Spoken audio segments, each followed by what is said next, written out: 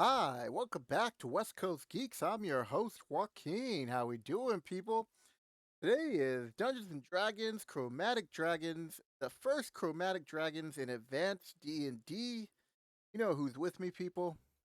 Hey, what's up, guys? It's Eric. It is Eric indeed. And so, if you've been following our Advanced Dungeons and Dragons Monster Manual series, thank you very much. We do these videos every Friday. As we were doing these, Eric wanted to include so much information about what he knows about dragons, and I told him that we couldn't because we're really trying to keep it to first edition. And when the Monster Manual first came out, even though Dragon magazines were around about that time, they didn't really do that many in-depth articles on most of the monsters in the Monster Manual.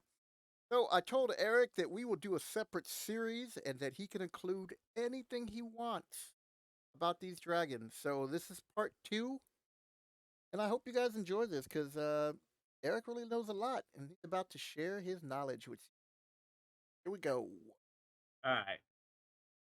First off, we have the white dragon. These are the smallest, usually the least intelligent, and considered the most primal because they're not very smart. They don't, they're not very good tacticians or planners or strategists or whatever. So they tend to be more bestial in their thinking. They are, of course, by the color. The color usually denotes their temperate and where they're from. So they are in the the colder regions, the icy mountains, Arctic areas up north. They are usually driven by hunger and greed. Those are two the innate abilities of abilities. I guess you wouldn't say abilities. What would you call that? It would be an Like the ability, innate and they well, you wouldn't say it's a power, so it'd be. yeah, I the mean, I guess you greed is could just say that, dragon greed. It's an innate like desire or instinct, I guess you would say. or personality flaw, or quirk, something like that. Yeah. Yeah, so the white dragons, they live in the north, they live in the cold. It's weird. I was, doing some refresher research and stuff. They have flawless memories. Oh, So like in areas of gathering their hoards, they could tell you where they got each and every coin, where they got each and every gem, so on and so forth. They're very vengeful because of these memories. They're very vengeful, and people that have done them wrong in the past or societies, they harbor this deep resentment. Um, they are also very lonesome, I guess you would call them, lonesome dragons. They don't converse with other dragons. They don't deal with any other people or creatures. They simply meet with other white dragons of the opposite sex. They procreate and then they leave. So they don't like other dragons near their lairs. They don't like communities, so they're very much like a very isolated creature. They establish their lairs far, far away, from everything. They're just loners. Also, with in regards for their lairs and their hordes and stuff like that, they like to keep like their trophies. Like they freeze trophies of say adventurers come to the horde and take them. They'll keep the bodies and stuff like frozen and keep them as trophies, both as warnings and and reminders of these people that try and get them again. Kind of, what's the word I would use? Not coinciding, but going along with their vengeful, like that picture right there. yep. The perfect. That's a perfect example. These guys come along, they're like, "Wait, we're gonna take this white dragon horde," and they get frozen. And then rearranged like furniture. Yeah, exactly. They'll just pick it up and put it over here. They love the sparkling glitter of cold and ice and stuff like that. Looking around for, well, the most recent adventure that I've run, like there's a white dragon in there, and the name is kind of hard. Picking a famous white dragon. It's Arviterace. Arviterus. Can't really. It's a weirdly spelled name, but Yeah. she is in the rhyme of the Frost Maiden. and I believe she's an ancient. Yeah, I think she's an ancient white dragon. And I won't give too much away for if you guys are gonna play the adventure or not. But part of her thing, she's kind of just on the outskirts of things. She's not really a protagonist. She's just old and ancient and senile, and she carries her former rider on her back, and kind of like was just like whatever. He's just gonna hang out. But yeah, that's one of the more famous white dragons that I could recall. I don't remember the white dragon in the Dragonlance modules because their Dragonlance is such a great resource for especially chromatic dragons. But yeah, it's a great resource for different dragons. But yeah, they dwell in icy caves and subterranean chambers. They have, like I said, they tend to keep their lairs are very glittery, whether it's ice, um, mammoth tusks. They like walrus tusks. They have a lot of bone sculptures, a lot of figureheads from ships. They use furs to adorn there, so it's almost like they're decorating their house kind of thing. They take a lot of time and energy into doing that kind of stuff. Well, There's also what was that? I was gonna say, well, they're solitary creatures, so they gotta do something to pass their time. Yeah, And yeah. Especially dragons are solitary in general, but these are even more so. they're the And emos there's of even stories dragons. of yeah, there's even stories of other powerful creatures like hunting out a white dragon. Like frost giants will hunt out a white dragon and try and wrestle it, like challenge it to improve prove their strength and try and wrestle and fight a dragon with their bare hands. And there are many a body of frost giants littering the layers of white dragons. Yeah, they frost giants are also known to secure the young. Like they will form Yeah, hunting parties, like the great jars will go out, and if they can get some eggs or if they can get some young dragons and capture them and bring them up, then yeah, they will guard their lairs or that's a great place for the chief to keep the tribe's gold and stuff. Because really, hmm, a group of frost giants, once they get past the number of like 8 to 10, unless the white dragon can fly away, if they track him down in his or her cave, she doesn't have a back entrance out of there. He's gonna be in trouble because her main weapon is a cold, and they're just gonna laugh at that. Like that's nothing. So yeah. what? They're like They got whatever. claw attacks. I mean, they're gonna bring the dragon down. So Hmm. And no, they're also they are notoriously hard to bribe. Like white dragons, like I said, they're brutal. They're very primal. There's no talking to these guys. They'll be like, "What? You're gonna offer me treasure to do something? How about I just kill you and take it? How about that?" yep. All right. Yep. So on All right, that that's what note, we let's got for the move on. white dragon. Yeah, it's I hope they use them more and they give more lore. That'd be great if they did. I'm gonna be interested to see what they do with dragons in the upcoming Dragonlance source book at the end of the No, year. they ain't gonna do much with them. Don't get your hopes on that. we already. No, I mean there'll probably be a few named ones in there, Oh but yeah, I'm curious to see if they do anything like that. at least give some background, more background information and Hmm, personality, yeah. to help the DM out. Yep. All right, moving on to the next dragon. So, the black dragon here, real quick, people. So, the how I rated these were by power level and also like what are the odds that you're really going to encounter these in D&D? And so Hmm. there are 5 dragons. There's, right now there's white, black, then there's going to be 3 other we're going to introduce. And you hardly ever bump into white dragons. It is very rare that you're in a snow campaign. Yeah, that has to be used. That's usually a very specific scenario. Yep. So next up is another dragon that you will hardly ever bump into, the black dragon. Oddly enough, you say that because I just ran. I don't know if you remember Jacob from the store, but him and a bunch of buddies had never played D&D before. Yeah. So I got together and I got Martin, and together we played like a 6 or 7 people. We played a one off. Yeah.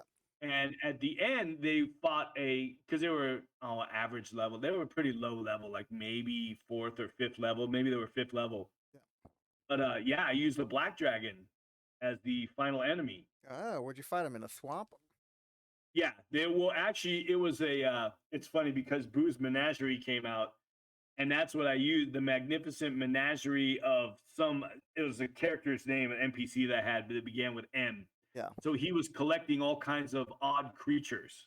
Oh, okay. So they had heard that this guy, this wizard was harboring a bunch of evil creatures, and they wanted to investigate it. Well, it turns out like his prize was a young black dragon. Yeah, I stand So I ran corrected. that But one up. in I like general, black dragon. What was that? I said, well, I stand corrected, but in general, I still stand by my statement. Oh yeah, Leave it in the because comment these two below. dragons are in very remote areas. Yeah, leave in the comment below how often you use or have even as a DM used the black dragon, and more Yeah, importantly, as a I player mean, ran unless you're into a running a black campaign dragon. in the Arctic or a swamp, you're not going to run in the white and black dragons. Much. All right, take us Yeah. away, black dragon. All right, black dragons. These guys are they're the most evil and ill-tempered dragons of chromatic and metallic. All dragons. They are very evil. They are very ill-tempered. They're violent. They're brutal. They're cruel. They tend to live in like marshy swamp type areas, very hot, humid type areas, foul water. And interesting, they have the black dragons when they hatch. They have glossy black. They're very shiny. They're glossy black scales, and it's only as they grow older that their scales kind of thicken and dull with age. I thought that was interesting. They Uh, they hate other dragons, absolutely hate them. They fear them just yeah, they fear them just as much as they hate them though. They spy on other draconic rivals. They're always looking for chances to kill other dragons and kind of hide out from the stronger ones.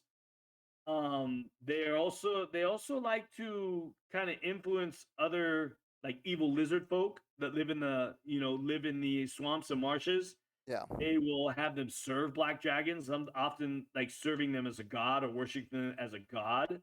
And they tend to like treasure of like ancient empires, like fallen empires that have been abandoned or fallen into ruin. Black dragons will go and make their lairs there because number one, they're obviously forgotten about, all decrepit fallen yeah, empires. But they like that, like it's kind of like a defeated civilization, and that's what they like. They lord over it, like, oh, I'm a black dragon. I'm using this old civilization as my my fortress or kingdom. yeah, my lair and my home. Um, Again, they have. I forgot. The white dragon has the frost breath. Well, the black dragon has the acid breath. Um, Also, a side note: they are the dragon in the new D&D commercial for the new movie, which was amazing. That black Yes, dragon actually spitting acid. yes, I thought that was a nice little touch and detail they have there. As far as famous black dragons, I mean, the first one that comes to mind for me, being a huge Dragonlance fan, is Cassan, and that was in DL1. They were guarding the discs of Meshakal, which the party needs to reintroduce the worship of the gods into the world and all that stuff. And it also had this spell book of Fistandanthus in its hoard too. And I don't quite remember how it came into that. Fistandanthus was a powerful evil mage in the Dragonlance world, but I don't quite remember how it came into being. If I remember correctly, there was a weird thing where Raceland and Bupu, and they went back in time, and Bupu was given the book or something like that. yeah. I think that's how it happened. Like Raceland went back in time, knowing that he was going to go there, gave it to Bupu, the Gully Dwarf. Anyways, but yeah, so Kasanth was the guardian of that lair in Taxarath in Dragonlance DL1, the very first Dragonlance module, actually. Yeah. But yeah, that's what we got on Black Dragons. Well, the other thing is too is like lately they've been like uh having lizard men treat them like gods, I and kind of like that idea, I though. do too. I could see the lizard because the black dragon is also their somewhat protector too. I mean, up to an extent. It's Hmm. more about the black dragon survival. But, every now and then, if he goes like, hey, this is giving us a little trouble, the black dragon would go over there and see what it is. And if it's something that the black dragon can deal with, then really quick, they would most likely would engage it and be like, there, that's why I'm your god. And then, go back to, now bring me more Yeah, treasure. kind of. It Bring me more serves in the treasure for dragon's waking interest me as up. well. Yeah, Yeah. And I'll only eat one of you for doing this. right. you know? So, Yeah, I mean, but even you look at society, like even human society. I mean, how many different you know cultures of humans worship some kind of like draconic being? Like you have the Aztecs and Quetzalcoatl, which is basically a feathered serpent, a dragon of sort.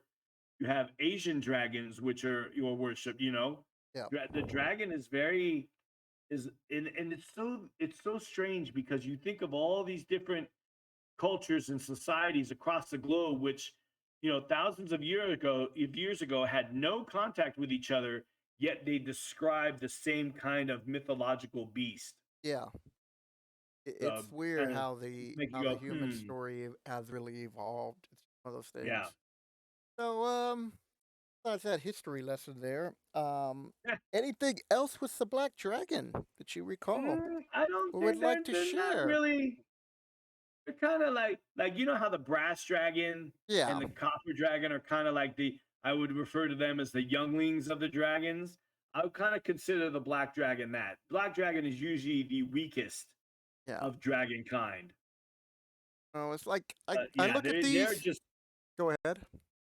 they're I'm just saying they repeating that they are the most brutal of of the dragon. They are truly evil, driven by they have the typical driven.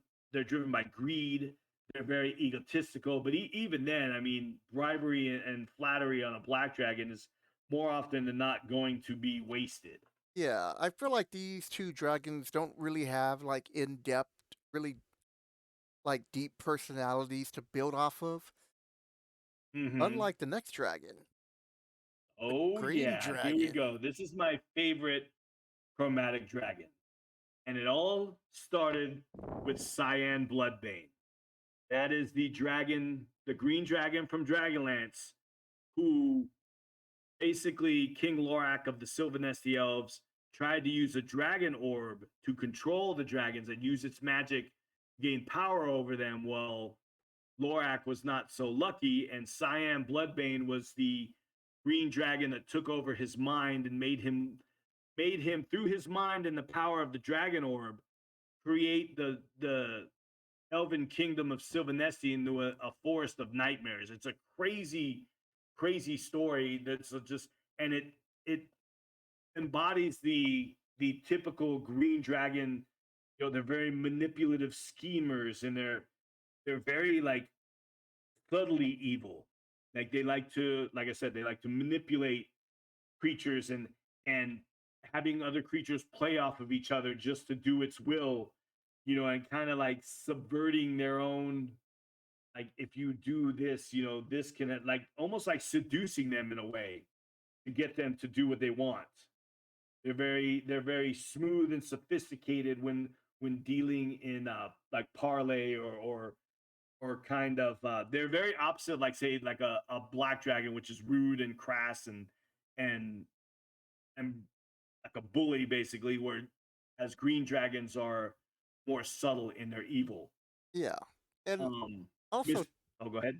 uh, also too, like, so when you're introducing spells for dragons, not to say that, black and white dragons can't have spells, but really, like, when you start giving spells to dragons, you mostly see like green dragons and up starting to have a little bit of spellcaster ability that you wouldn't see in the other two Mhm. races. So, all Yeah. right, sorry to Yeah, interrupt. they're oh no, no worries. Yeah, these guys are just they are just as evil as any other chromatic dragon, but like I said, their evil is more subtle, and they take a special delight, I guess you could say, in corrupting like the good-hearted. It's kind of like they're almost like the hags of dragonkind, whereas hags hate everything that's beautiful and love seeing the downfall of something good-hearted and pure. That's what green dragons are. They also have like a specific like their jaw and the crest on their head start at their eyes. They have no ears, no ear holes or anything. That's another thing that's kind of like distinct about them. Yeah. They tend to live in deep, dark forests, old forests.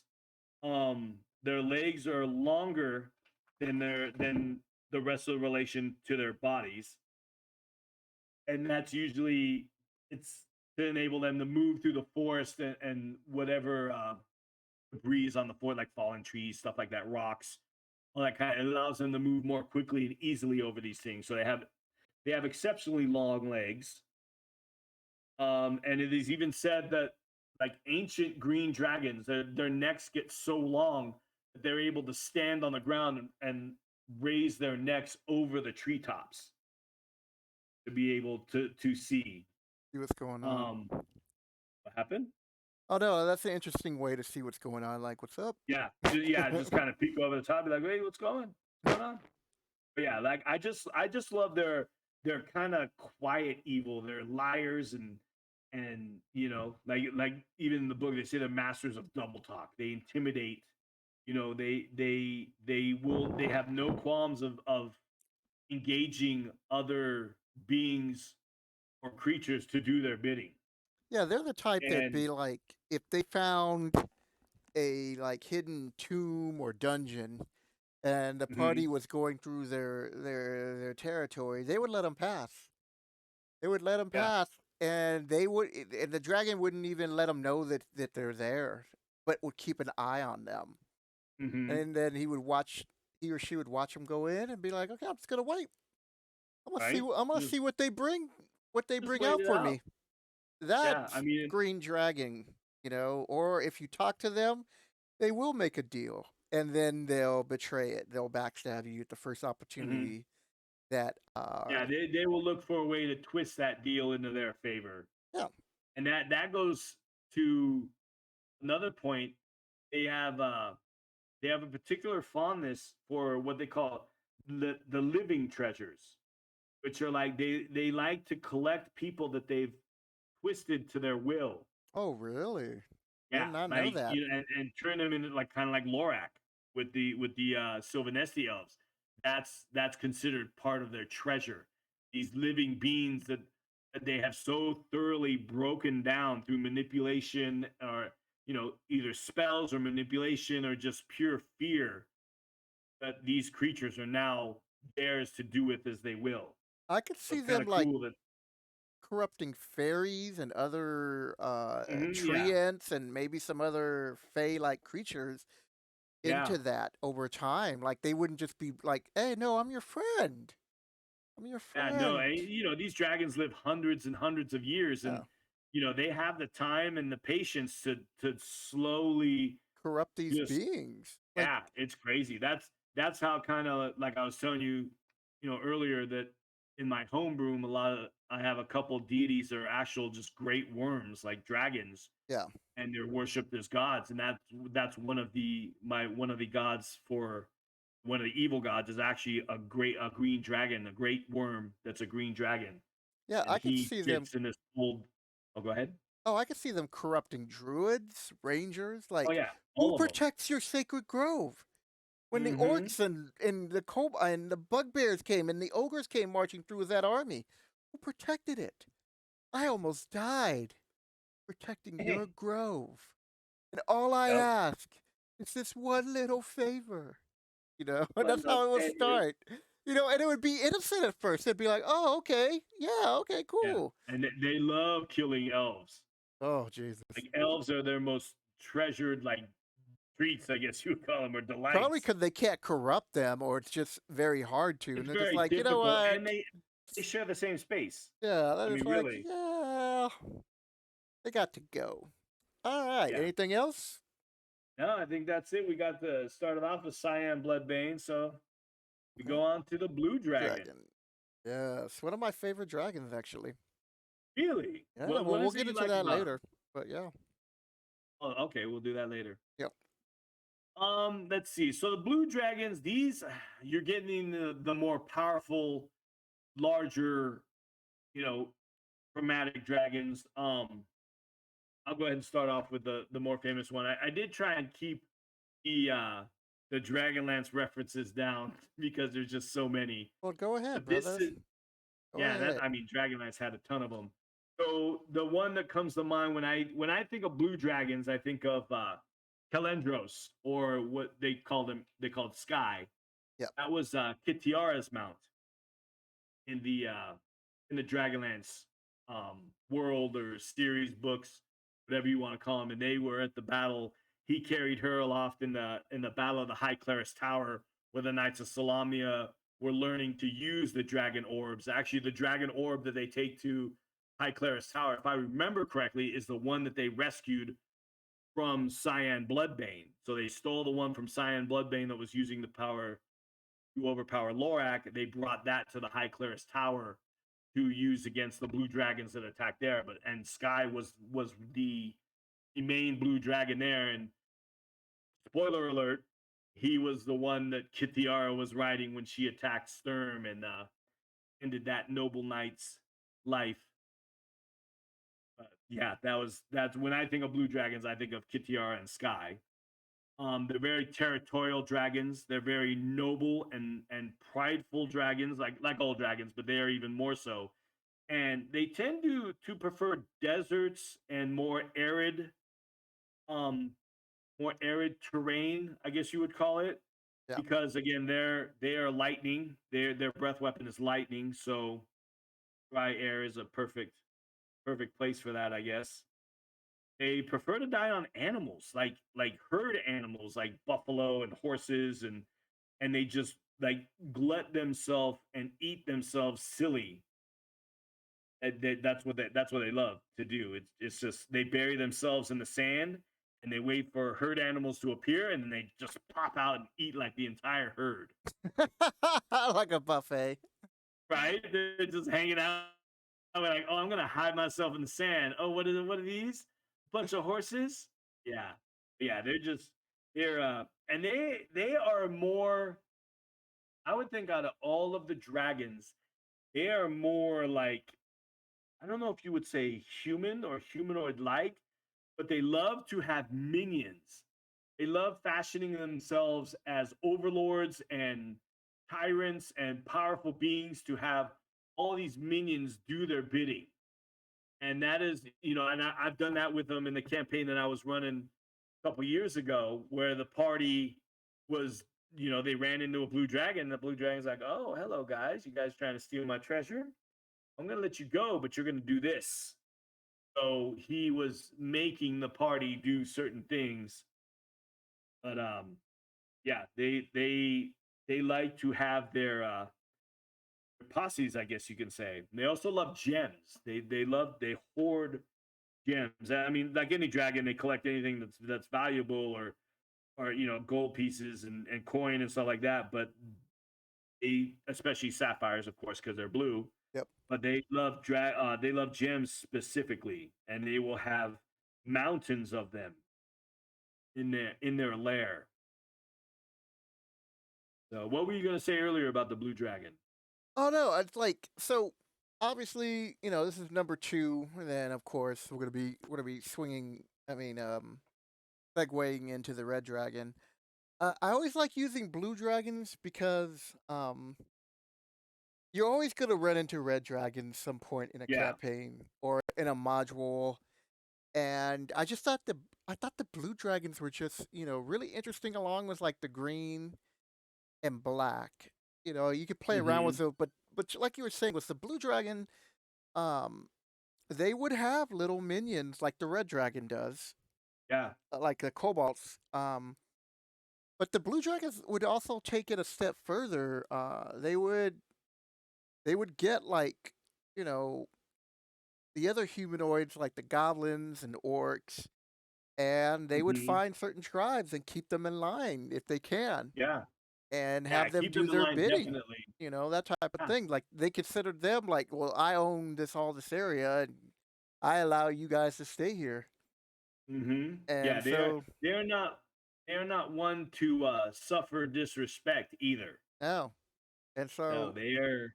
they're interesting to play with because hmm you could use them without having to attack the player characters. And they're in a sense they're not going. It's not that they won't go back on their word, but if it's not in their best interest to go back on their word, then they'll just let it go. Like, okay, well, I told you if you brought me this or did that, then I would do this, and so it's done. Bye. You Yeah, know, yeah, it's like, they're not gonna mince words. yeah, no, they're like you're just a nuisance to them, or you are entertainment because they're bored, and now they have hmm something to be like, oh, this is cool. You You are know, you are the most recent version from their oh yeah, centuries long lives. yeah. Like I can see a bard like entertaining one for a while Yeah. in exchange for being let go. hmm Like, yeah, Right. Maybe if you keep me entertained, I'll let you go in a couple years. yeah, that's exactly in a couple of years. All Yeah. right, I don't need to hear any more of the reigns of Casimir. So, Yeah. time for you to Get go. out. Here's a lightning bolt to zap you in the ass. Yeah, pretty much. So, yeah, no, I just I like the flavor tech. Yeah, and they have a lot of personality. They're They very do. vain.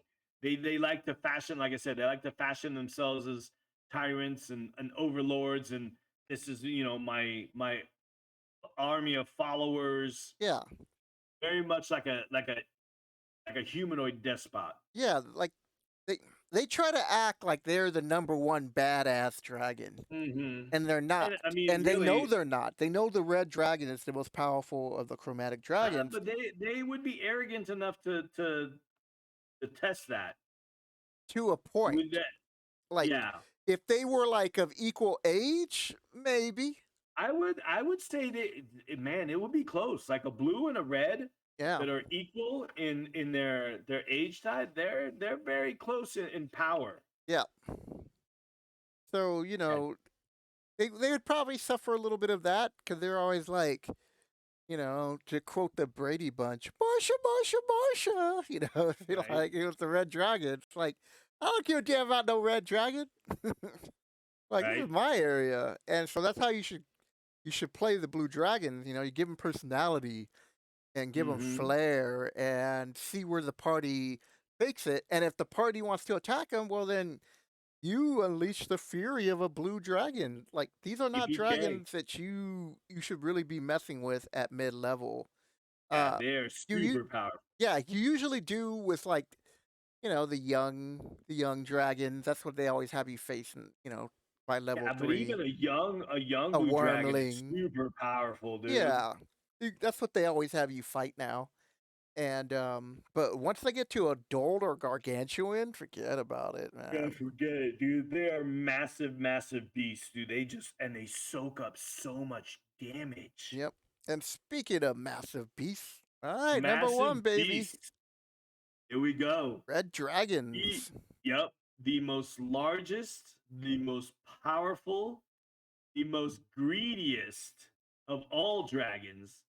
These dragons are so greedy and gluttonous that they are on a never-ending quest to add to their horde. I mean, Power. they yep, power and treasure. Like these guys just reek of it. They are very conceited. Even for dragons, they are very conceited and vain. If the blue dragon's like, "Oh yeah, I'm the most powerful," I got the red dragon's like, no, bitch, it's me." Yeah, bow These down. guys, yeah, settle down, Beavis. They're known for their extra wide and long wingspan. They are known, well, their favorite types of terrain are mountains. They are master of the mountains. They love having kind of like they just look down on their domain and like, yes, all of this is mine. Again, as the blue dragon likes to fashion themselves as overlords with minions, the red dragons like to fashion themselves, or I mean, they are. It's not that they fashion themselves; they truly are just these massively vain and arrogant tyrants. They don't have minions so much as they are slaves. That's how dragons look upon all creatures beneath it. They are slaves to do with as they will. They're very territorial. They don't like other beings. They don't like other dragons. But they, with that being said, they do have this inherent dragon curiosity that they may have slaves that bring them information of a nearby civilization or a nearby city. um they'll go out and demand loyalty from, say a tribe of goblinoids or evil humanoids, and kind of keep their, what's the word, like kind of keep in touch with things without getting too close, Yeah. I guess you could say. They're kept informed about what's going on in their Yes, territory. yeah, they want to know what's going on because again, that feeds their paranoia. They're very paranoid. Yeah. And like I said before, they obsessively collect items for their treasure, and they will carry they will have like bodies of those that they've killed in their horde, Yeah. like of powerful enemy. The enemies are like, okay, I just slew this, this valiant, high level, powerful paladin, and I'm going to leave his roasted corpse in my horde pile. Yeah. They also use magical items when they can. They will slip Yes. Yep. on their tiniest of claws or whatever. They will try to slip on a ring or use a necklace as a bracelet, and you know they are very capable uh, mages Yep. as they get older. They are the face of D&D when it comes to Yeah. dragons. The first Literally. monster manual, there is a poorly drawn red dragon on there, but he is on there. They did it justice in the Holmes box set. So the With first starter, Warduke. that's a red dragon on there. That when I Yep. saw Keith D&D, Parkinson. that was Yeah. great art. I was like, "Whoa, this is That was crazy." amazing. I was like, Yep. "Wow, this is a red dragon. I can't wait to fight one day." Um, they Yeah. have The late dedicated great Keith Parkinson. modules to them. There's Hmm. I want to say it was second edition that came out with Dragon Mountain, which is a mountain that uh, transports and plane shifts. So the adventurers are brought to this mountain because some local duke or whoever, or even a king, is like, "Well, I've heard a report of this dragon at this mountain range. We've never had this problem before, and all these kobolds are coming out from nowhere. So go investigate that for us." Yeah. And that's a very famous module. Did you ever get a chance to play that? Yeah. I did not, because second edition came around. Um, I didn't get it came around like late 80, I think it was 89, 90. Yeah, The second edition came around. And like I said, modules, I didn't get much of a chance to play because our DM was always doing homebrew. Like he was always coming up with his own stuff. So I played very little in the way of modules yeah, uh, in my main D&D games. yeah. So anybody who's got a chance to play that or is looking It does forward, sound familiar though. I remember when you were talking about it just now. I remember it, especially about the Cobalt hordes coming out. yeah. There's also other famous red dragons throughout the history of Dungeons and Oh Dragons. yeah, Like I mean they're you have Ember from Dragonlance. Which ones do you know? the only one I could think of is like from the Dragon Mountain, but I know there's a few others. I just can't. I'm just drawing a blank on Yeah, them right now. there's Ember, which was Verminard's mount in the dragon. I want to say Dragons of Despair. I think it was DL2 or DL3 Yeah, with Pac Tharkus and all that. But my favorite is Themberchad. He is this big, giant, fat red dragon he's allied with the Duergar in the northern Underdark. He basically powers their forges. And I think for some reason he ends up down near Waterdeep. I don't remember exactly. It's been a while since I've read anything about him. He's on the sword. Yeah, he's somewhere on the Sword Coast. I can't remember, but he starts out in the Underdark. He goes around, and if I remember correctly, watching that the Dungeons and Dragons the new trailer for the movie, that big fat red dragon that they show towards the end of the trailer, Yeah. I'm pretty sure that's going to be Themberchod. Oh, that'd be And if cool. that's the case, then I think maybe because if you look, they have the one part where they're in the harbor, they're entering nearing a harbor of the city. I believe that's Neverwinter. So Most I'm likely. pretty sure that's where Themberchod ended up. Oh, But yeah, that'd be he's cool. just this big old fat gluttonous red dragon. That's just this crazy powerful beast, and he's really cool. I'm looking forward to that.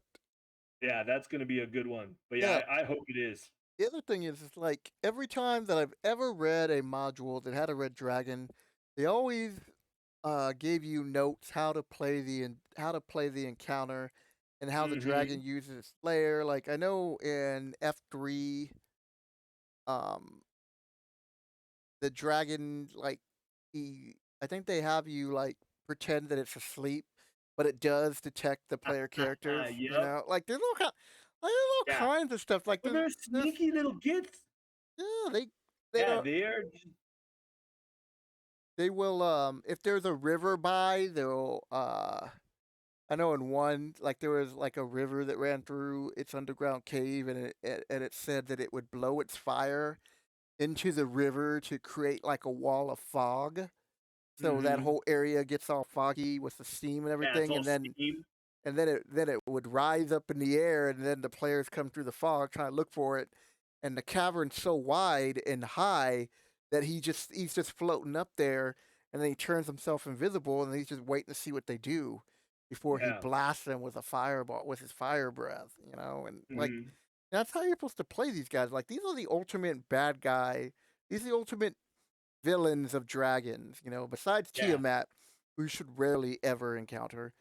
Yeah. Red If ever. dragons are, you know, the cream of the crop, and you Mm-hmm. know, you should never treat a red dragon as just an encounter. It should be something that is built up to, Yeah. and there And usually is legend and lore surrounding an ancient or an ancient red Great Worm. dragon, yeah, or a great one, you know. Yeah.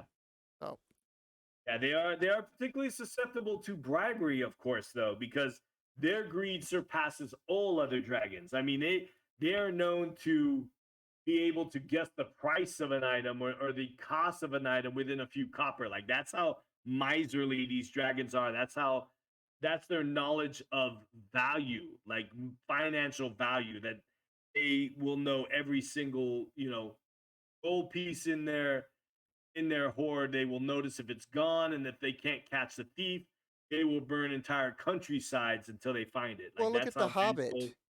Look Yeah, at how they exactly. played Smog. Smog. Like, even though Smog detected him, knew he was a thief, because he was Hmm. complimenting him, he'd be like, you know what? Go on. I'll eat you. I'm still gonna eat Yeah, you, but go on. still gonna eat you, but just not right yet. Yeah, like what else do you know about the world? Tell me more. Right? Because the Yeah, moment red you dragons stop, are. you're dead. You know? But you know what? And I will say this, like talking about the red dragon, they're super cool and everything. But you just see, I think it's for me. You see so many of them, Yeah. and I think that's why. Like blue dragons are okay. They're again a little bit, but the green dragon, you just don't. I don't. You don't run into them that often. No, they're like black dragons and Yeah, white black dragons are dragons. another one. Yeah. Yeah, those lower tier dragons right there. Those three Hmm. are have now become more interesting for DMs to use because most people don't use them. And I think that's what to make a good encounter is taking something that the player characters normally don't bump into Yeah. and make an encounter of it. You know, make a story, Hmm. make something where you know a green dragon is in the forest and there's these reports that all these fairies are just acting like the fae in this forest is turning evil Hmm. and they don't know why. And the reason why is because the green dragon just keeps going deeper and deeper into the forest and he's using all of the Fae to protect him and to cover his tracks. Like Yep. Keeping them a secret. yeah, it's keeping him a secret, and so you need to one find out the secret, and then two go deal with it. You Yep. know, and those are the type of little interesting things you can do. With the white dragon. I mean, even though the white dragon doesn't is just a feral beast. Who's to say that your white dragon is not a collector of books and Yeah. likes to Yeah, it could read? be Yeah, the that little odd oddity, dragon. and where you make it to where, you know, the lair is in an old castle, and in this old castle, he found a library, and he kept it and he keeps this intact to the point where he will barter with adventurers if they go Hmm. find books for him. Yeah. Like there are so many things you can do as a DM. That's what I love about this game. All right, so let's go to the wrap up now. All right. The wrap up. Oh, there it is. Up next, they need no introduction. So this will be the final part of the dragons of Advanced Dungeons and Dragons. There are more dragons that have been constantly introduced, will always be introduced as time goes on, but these are the first dragons that the game was based on. And so um, Eric's gonna have a lot of stories to tell, especially about Bahamut, Oh yeah. and Bahamut and Tiamat. yeah, they both have very rich histories.